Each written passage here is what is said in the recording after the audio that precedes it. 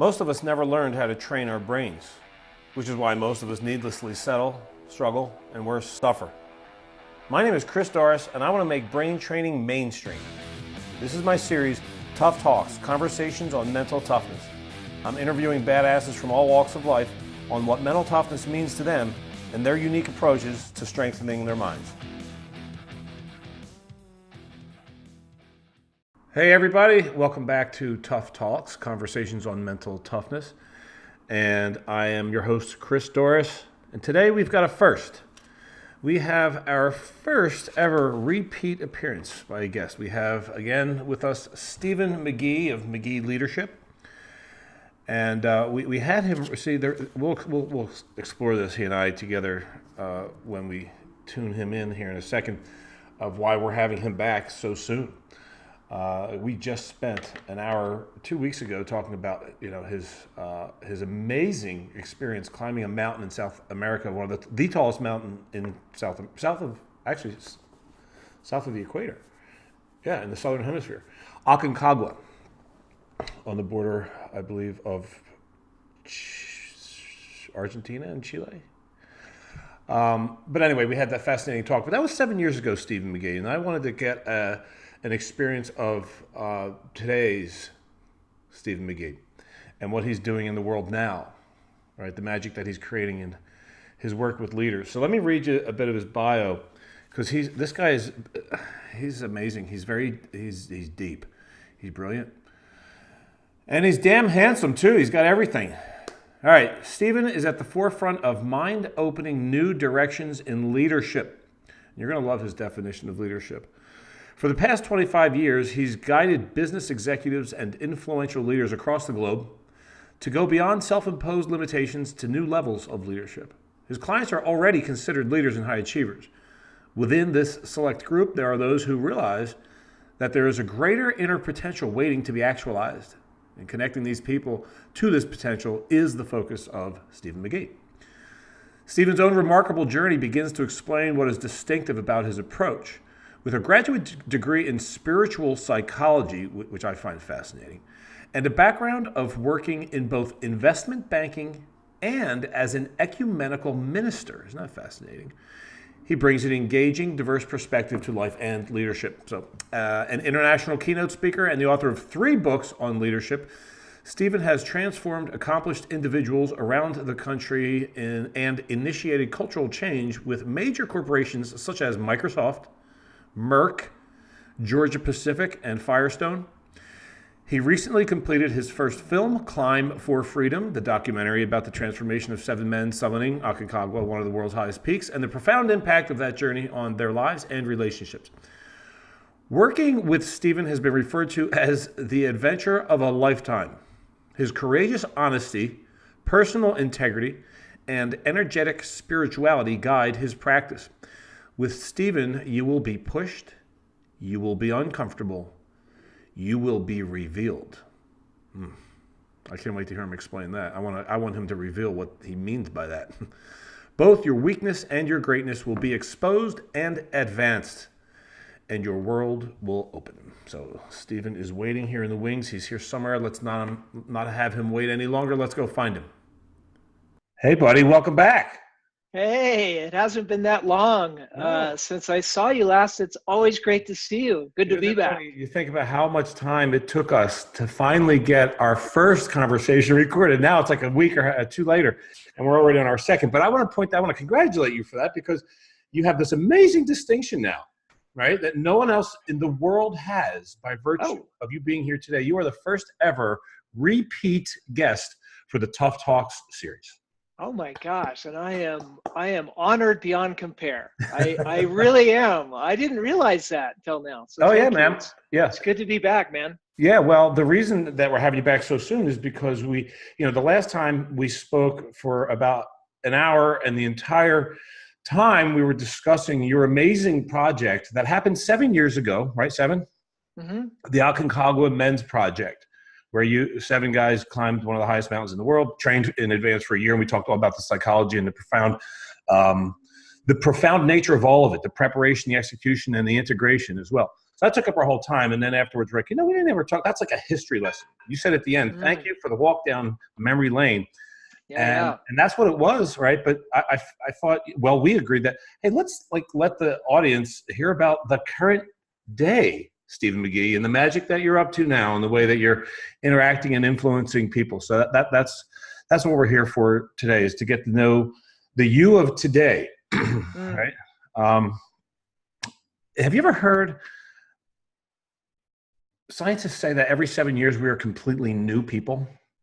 I have heard that before. Yeah. Yeah, like that. Like 7 years ago today, none of the trillions of cells that make us up now were there. You're a totally new man. Yeah. And then the guy that climbed that mountain. Yeah. You look very similar, though. I'm glad to hear that. Look very, very, very similar, but you're not the same dude. So let's talk about the guy now. So, by the way, so I was just studying your website, and for we'll put this all in the show notes, of course. But if you happen to be listening to a podcast version of this, have access to visual show notes, then your website is McGheeleadership.com, and it's your last name, then leadership.com. So it's MCGHEE leadership.com. And it's an amazing website. It's attractive as hell, and it's cool. It's all one page. You got the different tabs, but that just scrolls forward and backwards. But there's a few things that I wanted to ask you about, right, that really caught my attention. And the first one is, it says, you're already successful. You don't need a coach. You need Stephen McGhee. So tell me about that. So do you not identify yourself as a coach?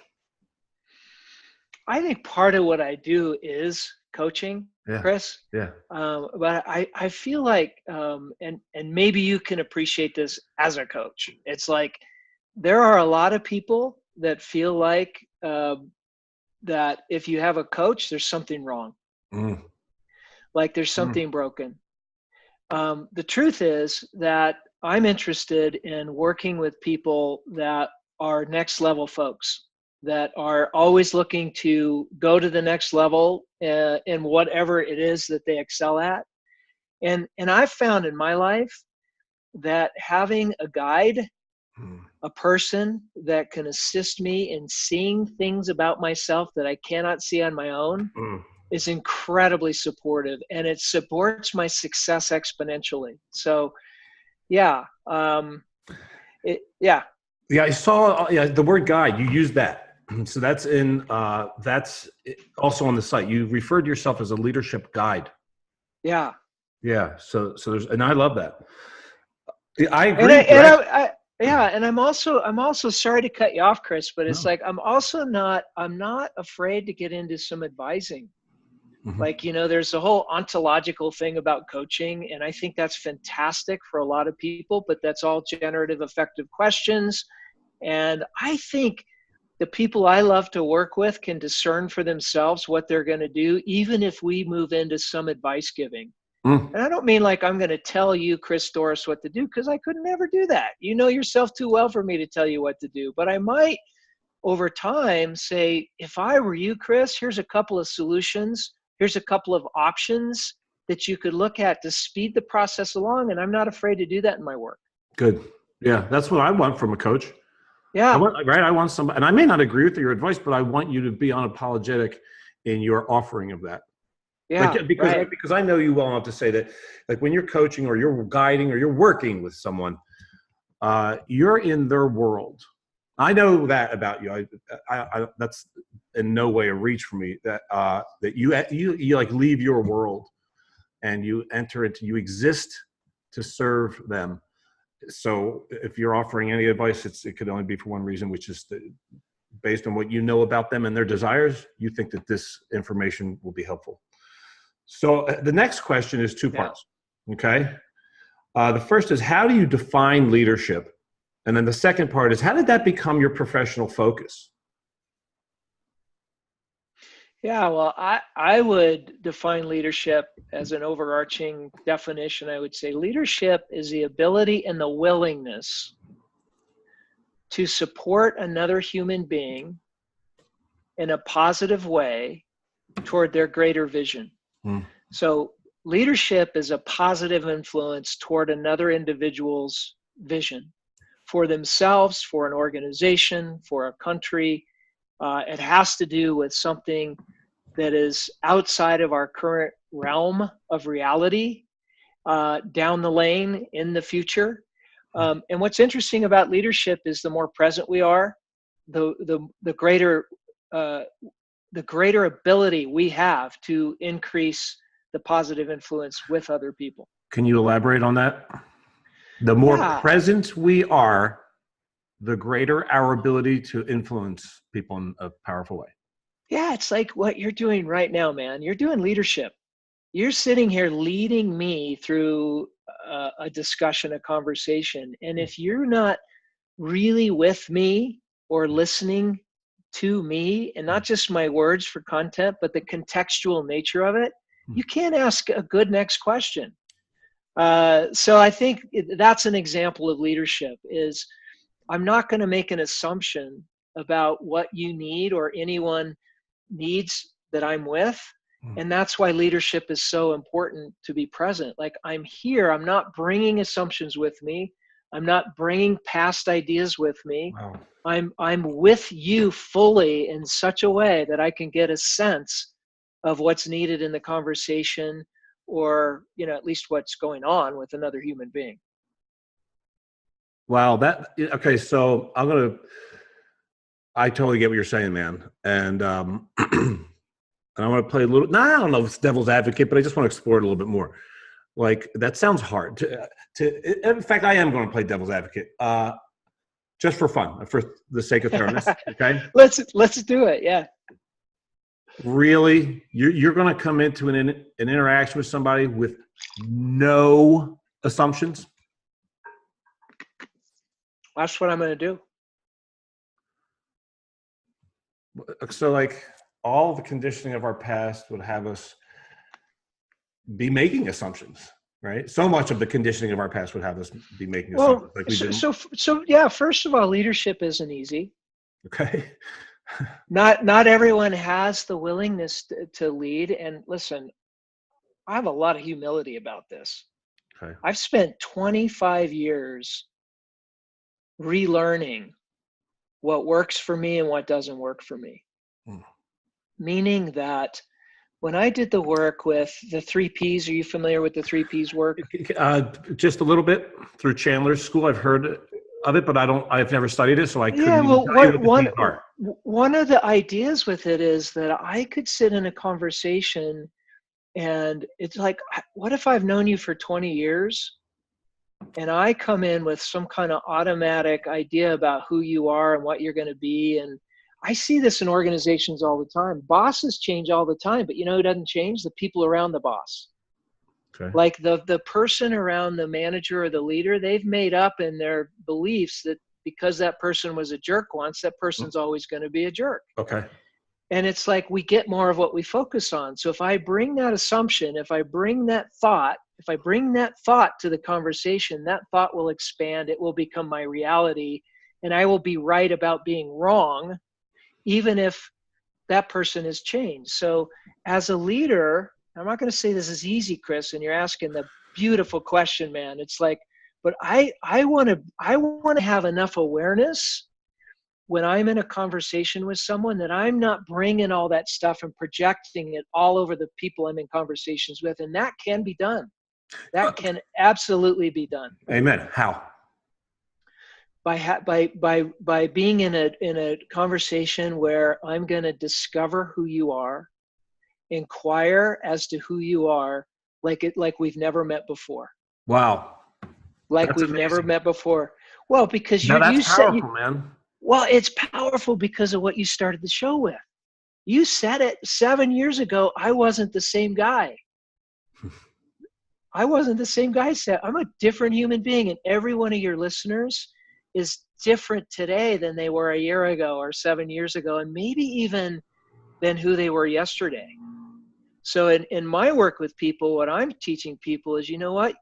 We're going to have 90 minutes together, and you're going to walk out that door in 90 minutes. I want to give you permission to give yourself permission to be a new human being. And you can be something different in 90 minutes from now. I couldn't love that right there is why, that's how I describe the reason that I shifted from being a licensed therapist to being a coach. Beautiful. Okay, because of what you just said, which is, it is, see, I never heard that sentence you just said, and I even want you to repeat it. Say it again, that like in 90 minutes, you. Well, you can decide to be a different human being. Yeah. From moment to moment to moment. Okay, Why? it doesn't Because need to take 90 minutes even, and it doesn't need to take it doesn't years need of therapy on a couch. You can be something into existence. You can be loving in a moment, even if you were being in fear a minute before. That's the beauty of this work of transformation. Now, if I do that enough over time consistently, it becomes who I am. It becomes who I am. Okay, great. So let's this is so good. So let's make it about you again, going into a coaching session. Do you call your sessions with your clients coaching sessions, or what do you call those? Sessions, coaching sessions. Okay, session. Yeah. Leadership meeting. Okay, right on. So you go in and you like clean your slate, right? So you go in with no assumptions of who they are, right? With the understanding that they could be a completely different human than they were when you last saw them, maybe even a week ago. You will be acting as if you're meeting them for the first time. You could have known them. You could have been coaching them for 10 years. Are we on? Mm-hmm. Right. Okay. So then you want to remind them, or remind them and give them permission to know that they, at the end of this session, this experience, this work that you're about to do together, they can be a totally different person. I believe that, but it's because, see, I think believing is seeing, Chris. Okay. Wait. If I believe my client can literally shift who they're being, yes, in a session, then we've created a possibility. If I'm, as a coach or a husband or a spouse or a father, believe that person can't change, in my eyes, they will never change. Mm-hmm. They will never change. I will keep it locked into my belief system, even if they do, because I'm always going to get more of what I focus on. So you, as the guide, in order for you to come into an experience like that, a session, and not be governed by your assumptions, a couple of things need to happen, I think, right? One is that you need to know that there even are assumptions in the first place, but then you also need to know what they could be, or do you not need to know what they could be to not have them? I think awareness is often curative. Any time I've made positive changes in my own life, it came from first my being aware of what it is I wanted to change. So if I have awareness, I can see what it is I wanted to change. And then if I'm aware of what it is I want to change, I can bring awareness to it and shift a habit from that habit to the habit that supports me better. Even if it's in my thinking, So, and I remember having a conversation with Steve Chandler about this, who I think has been on your show before. Is that accurate? Not yet. Not yet, but I'm trying to. He's a hard man to get. Yeah, he is. He's a popular guy. But I was like, basically, he was sharing with me, he was going to go meet with a client, and he had some negative perceptions about this possible client relationship and the person himself.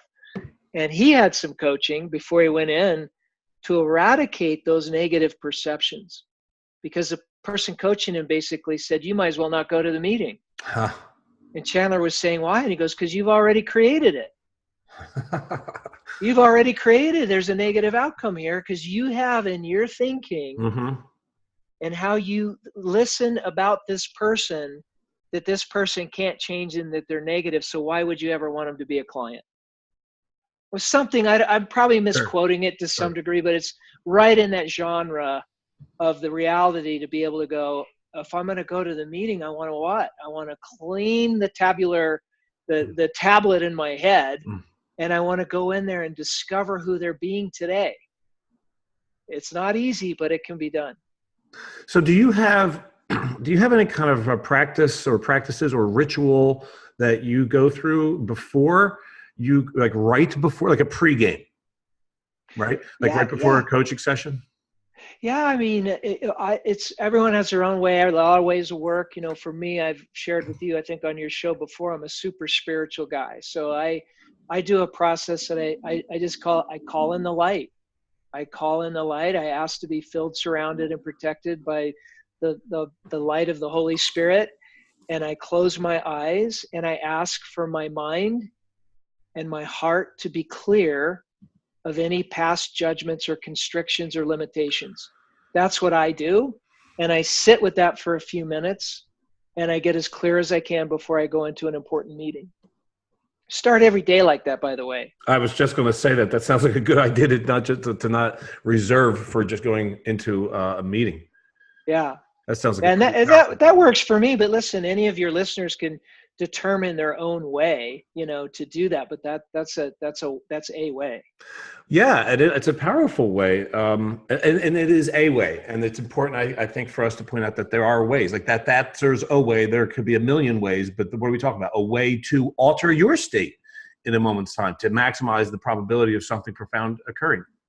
Yeah. Right. Yeah. You know, I'll give another example. I love this conversation, by the way. You're so good at this. So last night, you know, Super Bowl Sunday was yesterday. I love my family of origin, right? But we have our stuff like any family does, brothers, sisters, moms, you know, nieces, nephews. Honestly, I'm on the way over there and I'm a little nervous. This is my family. I'm like, why would I be nervous? And I'm like, because there's been some stuff lately between some people in the family. Uh-huh. And so I can show up at the Super Bowl party and bring all that with me in there.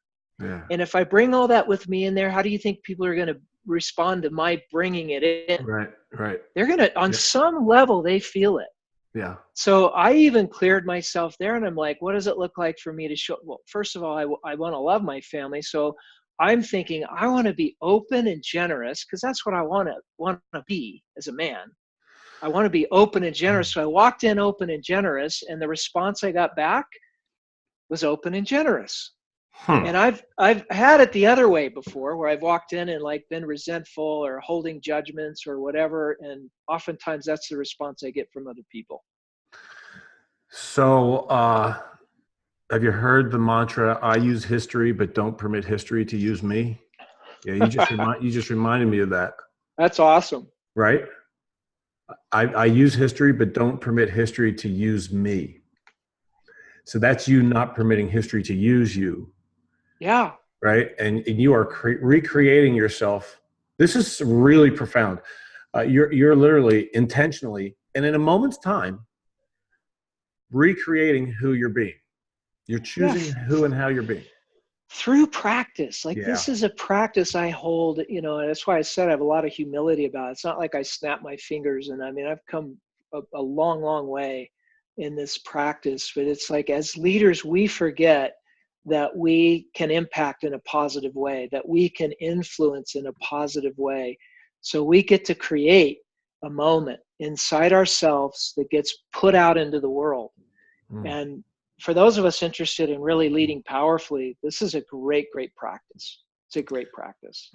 I don't know how much you and I talked about it, but last summer I had a life-altering trip to Sardinia for an event that's hosted by Mind Valley called A-Fest. Yeah. and that was 4 days of being around people in pure love. So that was like a primer. Then after that event was over, I went off by myself into the Greek islands with no plan. Like not one reservation for anything. I didn't know where I was going to sleep. I didn't know anything. I didn't even know where I was going to go. I just had a flight into Athens, and then 10 days later, a flight out of Athens, and I was just going off into the islands. That was my mom's recommendation. She's an amazing world traveler. So it was a great call on her part. And I did that. But what I'm creating now is a series. I have 48 distinct stories from those 10 days of experiences, interactions that I had with people that were beautiful, that were beautiful and that were co-created by us both, of course, right? But what happened, what I'll take responsibility for was doing exactly what you're saying, really, is saying, who am I going to show up now? I don't know where I'm sleeping. I just decided to go to Santorini. I'm going to get off this boat and go find a cab, and I don't even know where I'm going to ask the person to take me. All I know is that I'm going to bring what I was calling at the time, and I'm still calling it that, is the tribe vibe. Yeah. Right? Vibing up, literally vibing up, and and it was really difficult for me to do at times because I got like one really greasy, not like literally greasy, but like kind of like a cheesy. He seemed like a kind of lying, you kind of feel a cab driver, right? And he was just trying to get a bunch of people, and he was kept lying to me, saying, "Oh, it'll just be like 4 more minutes," and then like 15 minutes later, he'd come back from his, and like that was one of the times for me where it was really challenging for me to not let history use me, and right, and then try, like you said, to clean the slate, right, of my assumptions about this person. And I had a real difficult. I was like sitting in his cab waiting for him, and I'm like, this freaking guy's lying to me. This is bullshit. And I'm going down there, and I had to really work to go, dude, that's not what this trip is about. Lighten up, lose that story. Yeah. Lose that historical story. It's just, that's all it is, a story about this guy being a jerk. And although in the present, I was actually right that the guy, I can tell he's lying to me. That's a truth, right? I think. But I didn't want to have that vibe. My practice was about the vibe, and I ended up having a really great conversation. He did pick up some people. He dropped them off. My ride took longer, but what the hell did I care? I didn't even know where I was going anyway. Yeah. And I ended up having this remarkably wonderful time with the guy. And then that was the beginning of 47 other remarkable stories, right? That were the result of the vibe. Now, you said when you walk into the Super Bowl party with whatever vibe, the high vibe or the low vibe, that people are going to be detecting that we're going to be, that's measurable, right?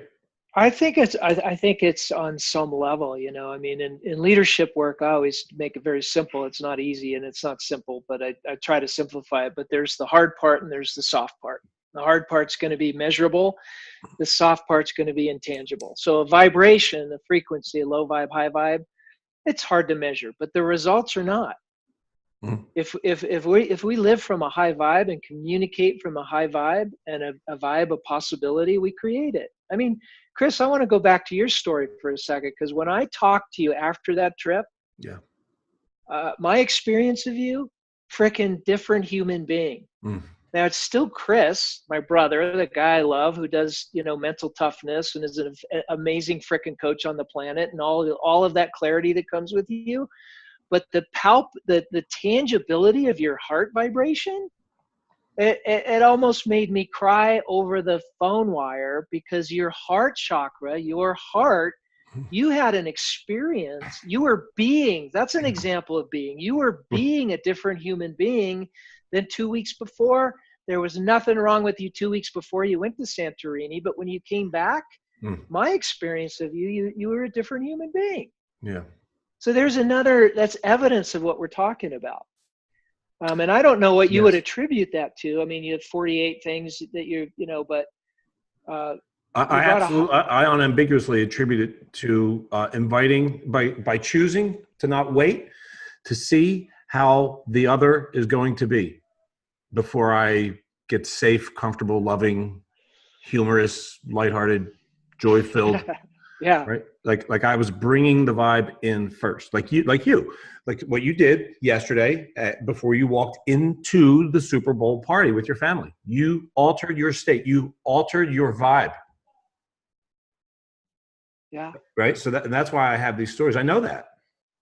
Right. And so, someone listening might go, how the hell do you do that? Like, think of it in terms of ways of being. I just caught that redirect, and just please feel comfortable dropping F-bombs on this podcast or this. I can do it. Yeah. I used to work on I worked on an oil rig in high school. Oh, really? Okay. Oh, yeah. But listen, ways of being is really powerful, and every human being out there listening can shift their way of being. So what's a way of being? Being generous is a way of being. Being stingy is also a way of being. Mm-hmm. And we know when we're being stingy. Usually we're protecting ourselves in some way, but we're stingy with our enthusiasm, stingy with our stories, stingy with our love. We're stingy. And being open, being generous, even when I don't feel like it, it supports me. Now, ultimately, people go, "Oh, I did that. I was open, and I didn't." And I'm like, "Okay, well, if you didn't get it reflected back to you by your family or your coworker, it's okay. It still supports you in being something more powerful, more open, more loving in terms of leadership. It still supports you to practice it, even if you feel like it's not reflected back." Yeah, that's important. Yeah, I was getting a lot of feedback on that trip that was very reinforcing. Yeah. And it's really interesting, Stephen, as I think back, I'm having difficulty remembering when I didn't get it back. I bet that's right. I remember one story about the waiter. I just saw you having lunch. I saw, you wanted a certain dish, a fish, if I recall. They didn't have it ready or what. Yeah, and it was like you were just so chill and so relaxed and so present, which we talked about earlier, that the waiter picked up on your way of being, right, and reflected it back to you. How did he reflect it back to you? Yeah, he said, first of all, he was apologetic, like unbelievably apologetic to me, because it was the fisherman hadn't delivered the sea bream that I had come back to the restaurant specifically to get. So I'd seen the guy before. I told him I'll be back. Here I am back. And he was just really apologetic. He said, if you don't want to wait, I suggest you get something else, because we have no idea how long it's going to be until this guy shows up. And I said, man, I couldn't be happier. I mean, this restaurant, Stephen, was, how could anybody not be psyched to just be there? Because you're sitting on top of Santorini looking out over the caldera. You're looking out over the Aegean Sea, and it's just, everything is perfect and beautiful. So I said to him, as long as you're cool with me occupying this table, so, waiting, I couldn't be happier. Right? I seriously couldn't. This is the best day of my life. Right. And he walked away. As he was walking away, he muttered something that I thought was this: "You just touched my soul." Wow. And I was like, did he just say that? Yeah. I wasn't positive, because he got a pretty strong Greek accent, and he was walking away, and I'm like, that's not a typical waiter customer commentary.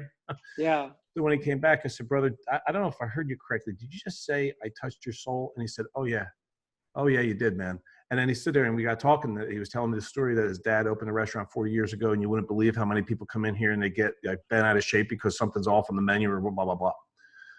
And he said to me, if we could all interact the way you and I are right now, this world would be just a much more beautiful place.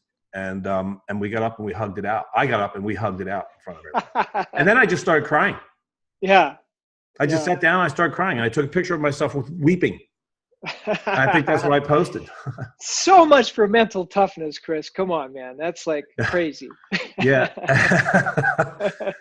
So that's the vibe. This is really important. So you do. So I think for the people listening or watching, to summarize, so that there's really as little ambiguity about what we're describing or discussing right now as possible, so people can walk away from this conversation and go, I'm going to practice that. We're talking about choosing how you want to be. Like, I wanted to be joy-filled. Right? I wanted to be loving. I wanted to be an expression of celebration and connectedness. That's what I was talking myself into before. Yeah, there you go. And you just nailed it so beautifully. Like, there's no ambiguity in what you said. You were thinking that was your narrative inside your own head. And that's a way of being that follows. So now let me tell you this. I made a pledge to myself when I got back that I'm going to keep that going. And I have, but to nowhere near the degree that I did there. Yeah. Nowhere near it. I'd be an old-faced liar if I tried to push that. Yeah. Yeah. Right. So, so this is, you're coaching me right now. You're leading me, bro, because you're having me remember. This is a beautiful reminder session, really, for me. Okay. To revitalize that, to get recommitted to doing that before all of my interactions with humans, not just before coaching sessions or, any kind of professional interaction. Yeah. I mean, so you nailed it, buddy. You did it yesterday. It's like I did it yesterday. So it's a ritual. Yes. And it's a habit. just as negativity is a habit, just as seeing the worst in other people is a habit, just as judging the crap out of someone is a habit.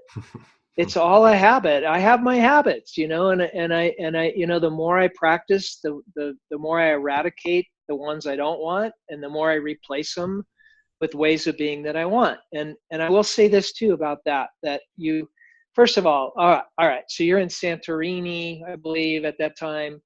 Yeah. You're probably looking at a beautiful ocean, probably a blue sky. I'm envisioning sand and breath, and they're breathing in this beautiful fresh air, and you're on holiday. And so people go, well, environment. I go, yeah, his environment was conducive to that inner shift. But as leaders, what we realize is, and this is the second level definition of leadership. Leadership is an intrinsic journey that offers an extrinsic reward, or a shift in an environment from the inside out. So, and I'm not going to say that, listen, if my team wins, or I'm at a concert, or it's a beautiful sunny day, am I impacted by that? Sure I am. I'm human. But the practice of leadership is to cultivate an environment inside of me that I carry with me, regardless of whether I'm in Santorini or Denver, Colorado, or wherever I am. So this is, again, next level practice for us as leaders.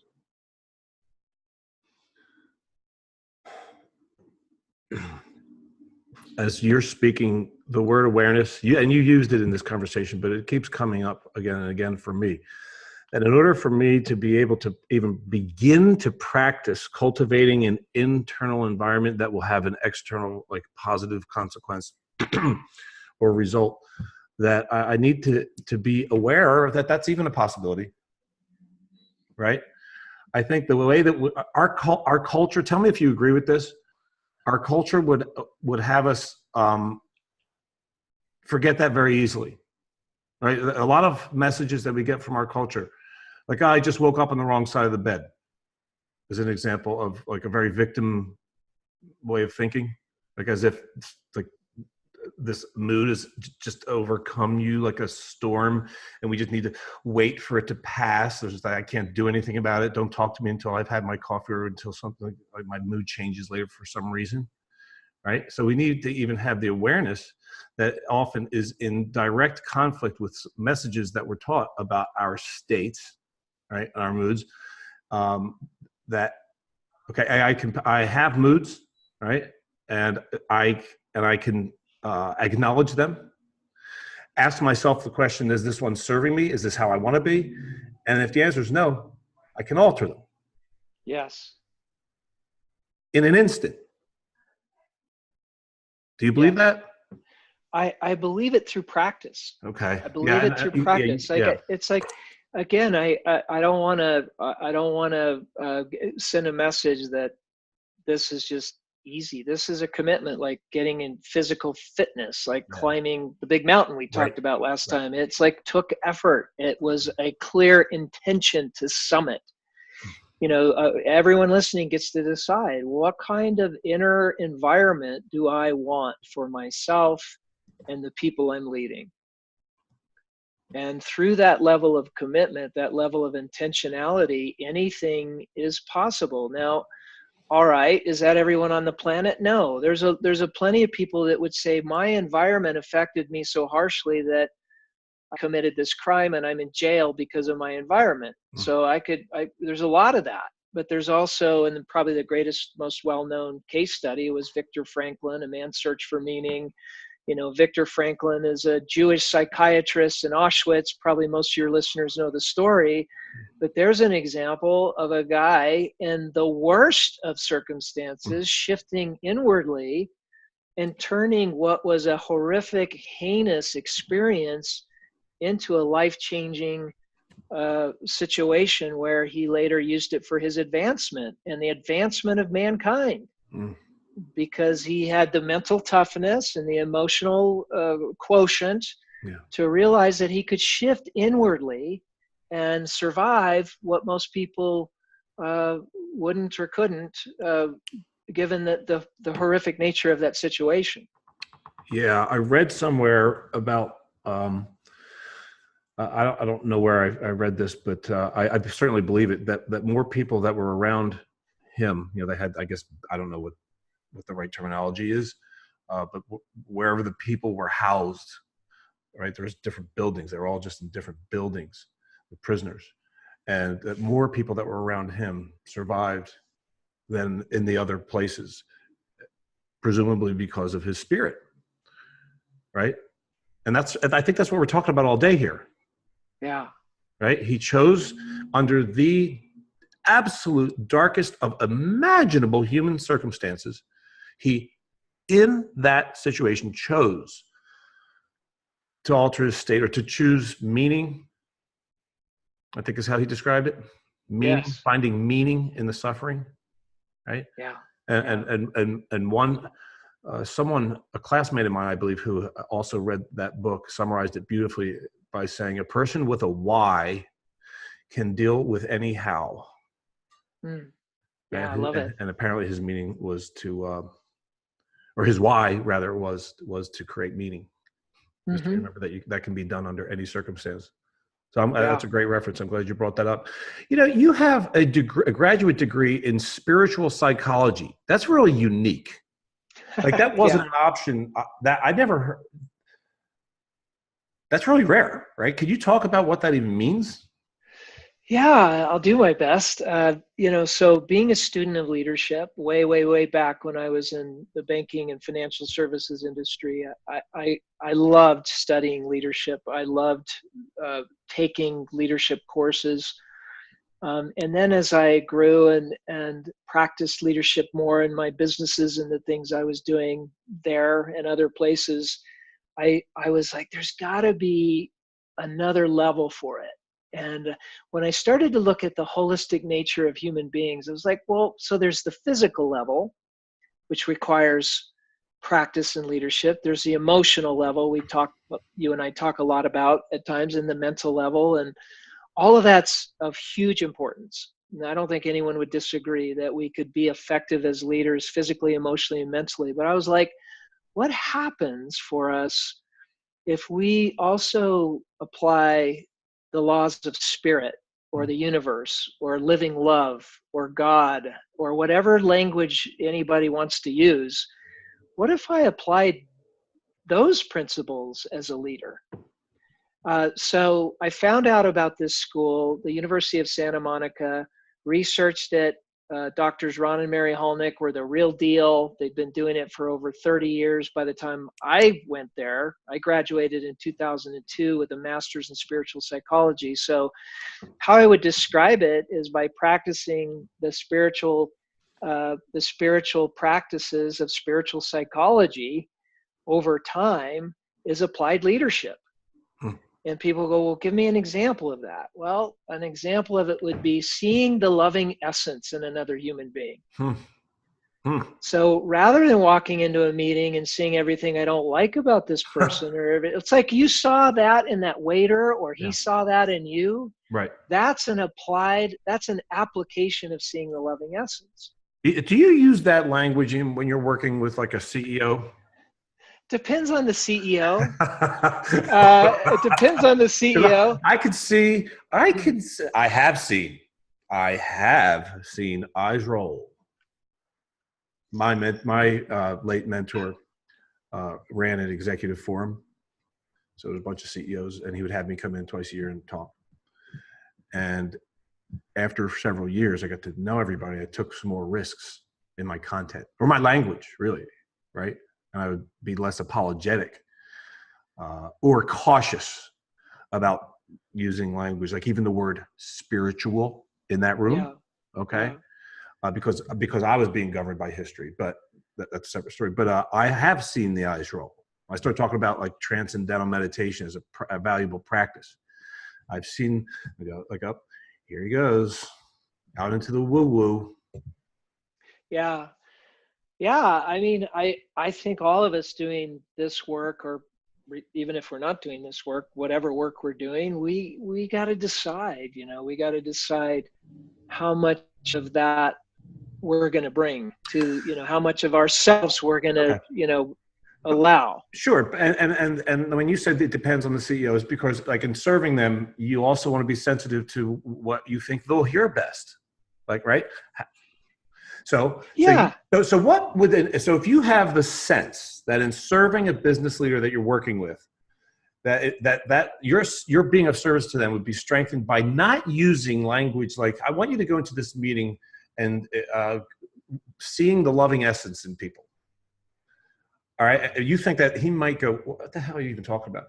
How would you rephrase that, right, for someone? It's a really good point, Chris, because you could say, hey, you know what, to go in this meeting, Mr. or Mrs. CEO, and see the best in that human being, see the good in them, see what's endemically positive about that person, is another way to say it. And I want to be honest too, because I'm probably not working with a CEO that's wildly uncomfortable with that language. I'm probably not, because my job, by the way, and like you, it's not to make people feel comfortable.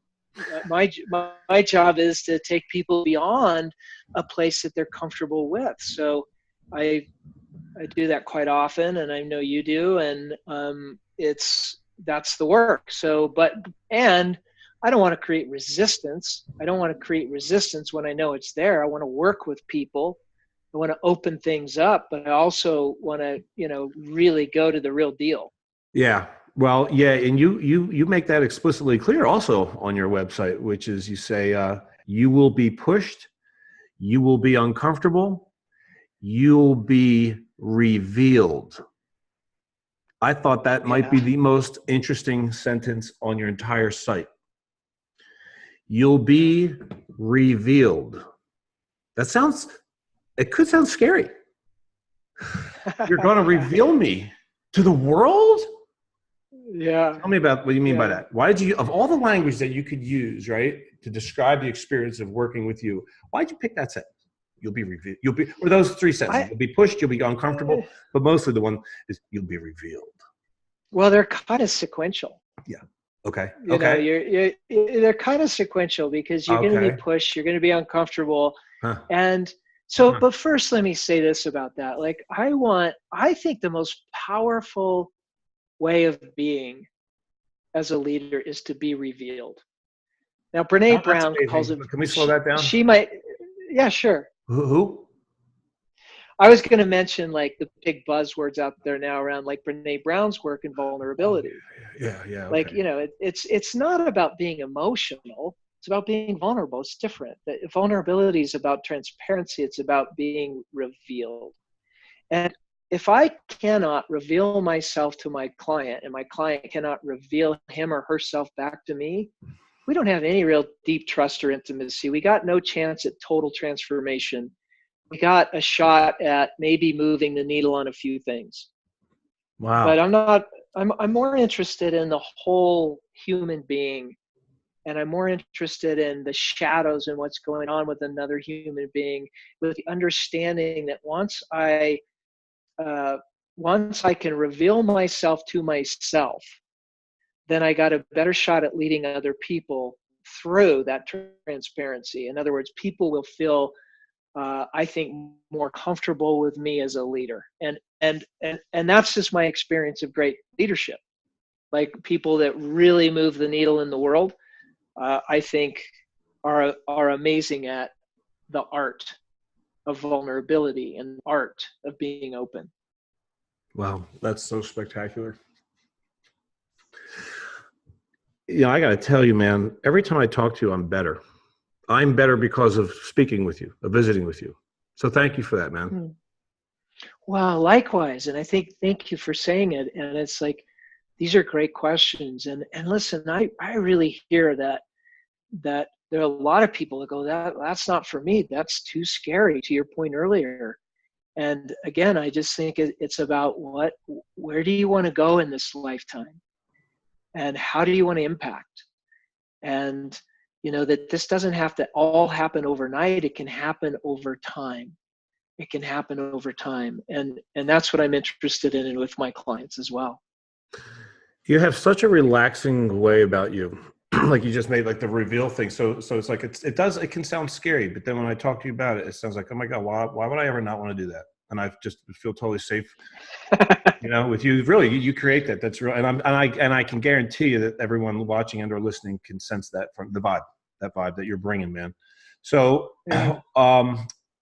again, it'll be in the show notes, but if you happen to be listening, where people can go to learn about you is your website.